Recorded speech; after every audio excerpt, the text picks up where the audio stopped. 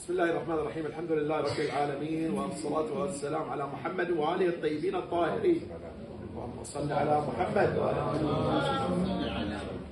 في هذه الوقفة مع الأستاذ محمد بن حسين بن محمد الرمضان ليتحدث لنا عن الحاج أحمد الرمضان الحواج. نعم. تفضل أستاذ. بالنسبة أولا نسعد بحضور الجماعة، وأهلا وسهلا بكم في هذه الليالي المباركة. يسعدني ويشرفني أن أتكلم وأتحدث ولو بشكل مختصر عن الحاج أحمد بن حسين بن محمد بن علي بن حسين بن الشيخ علي الشهيد الأول، المعروف بالشهيد الأول الرمضاني. العم هذا يصير أخو جدي، يعني عم أبوي مباشرة. الحاج أحمد رحمة الله عليه والدته الحاجة فضة بنت علي بن محمد بن أحمد الرمضان. أخواله كلهم من الحاج عبد الوهاب وصالح ومحمد وحسن وعبد الله الرمضان. والده كان في منطقة العيوني، حي العيوني بالمبرز. والده كان يعرف باسم حسين العالي، يعرفون أهل المنطقة حسين العالي. أهل رمضان سكنوا حي العيوني، وكان من الأحياء الكبيرة في المبرز في بداية القرن العشرين. أسباب الانتقال من المبرز عندك معرفة عنها؟ والله حسب ما سمعت من ابن العم جواد رمضان رحمة الله عليه، شيخ جواد، قال بعد ما استشهد الشيخ علي الشهيد الأول، معروف الشهيد الأول، أبنائه صارت حالة من الكآبة ومن الحزن بأنه قتل. رحمة الله عليه كان في المبرز أحد السادة الأشراف، وكان عنده زي ما تقول منصب من قبل يعني حاكم الأحساء في ذاك الوقت، لعله آل عريعر أو بني خالد. فلجأوا إليه اللي هو السيد حسن اليوسف أو السيد حسن الحسن. لجأوا إليه وأقاموا عنده في كنفه، وهو كان ساكن محلة العيوني في المبرز.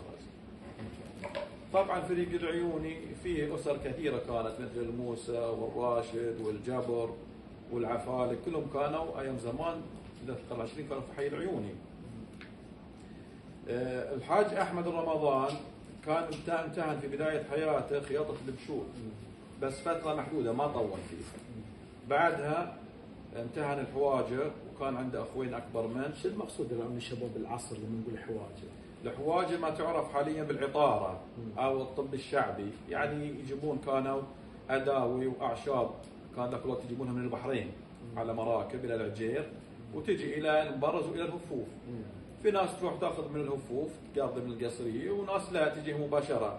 فكان العم الحاج أحمد رحمة الله عليه عنده أخو أكبر من اسمه علي، كان هو اللي يجيب لهم البضاعة من البحرين. وجدي اسمه ملا محمد أخوه أكبر من بعد كانوا وياه في الحواجر. كان عندهم دكانين في قصرية المبرز. طبعا أيام زمان كانت المبرز فيه قصرية مصغرة عند سوق الذهب حاليا، وكانوا يبيعون فيه. ولا بس هم كانوا حواجين في المبرز، كان في بعد اثنين من الفريح، من عائلة الفريح، واحد اسمه محمد الفريح وعلي الفريح أخوه، أيضا كانوا حواويج في المبرز. بعدهم تقريبا فترة الستينات وبداية السبعينات جاء البن عامر اللي هو علي بن عامر واخوه عبد الكريم. ممتاز. لو رجعنا للحاج أحمد اللي نركز عليها الموضوع، أبرز ملامح مهنة ولا شخصية في هالجوانب، ماذا تقدر تقول يعني عن الحاج أحمد؟ الحاج أحمد رحمة الله عليه طبعا كان هو يجيد القراءة والكتابة، وكان يقرأ القرآن، وكان هادئ وقليل الحديث، يعني يتكلم كثير الصمت. كثير الصمت، بس هدوءه يعني غالب عليه يعني. وكان في شهر رمضان مبارك أذكر أنا وأنا طفل، كان لما قبل ما يسكر المحل يمر سوق الخضرة، هناك كان في بساطين خضرة. موقعهم وين؟ موقعهم كان عند سوق الذهب تقريبا، اللي في يعني المبرز. في المبرز يعني شرق سوق الذهب تقريبا يمكن 20 متر كان دكانه موجود. قبال الحداديد حاليا، محلات الحداديد في المبرز، قبالهم كان هذا الحواويج ذاك الوقت يسمونها عمارة الجبر. يعني كان ياخذ بعض الخضار والبطيخ او كذا ويجيب يوزع على بعض العوائل عندنا يعني في المبرز رحمه الله عليه. وكان كثير قراءة القرآن، ومهنة الحواجي ذاك الوقت كانت مطلوبة يعني كثير من الناس ما كانوا يرغبون في قلة الأطباء. قلة الأطباء، وفي نفس الوقت كانوا يميلون إلى تداوي بالأعشاب أكثر من التداوي بالكيميكال يقولون يعني. هذا أبرز ما يعني. كان فتح مجلس؟ لا، في مجلس يعني للعيلة نفسها يعني في شهر رمضان، هل يعني كان برز فتح المجلس قراءة القرآن؟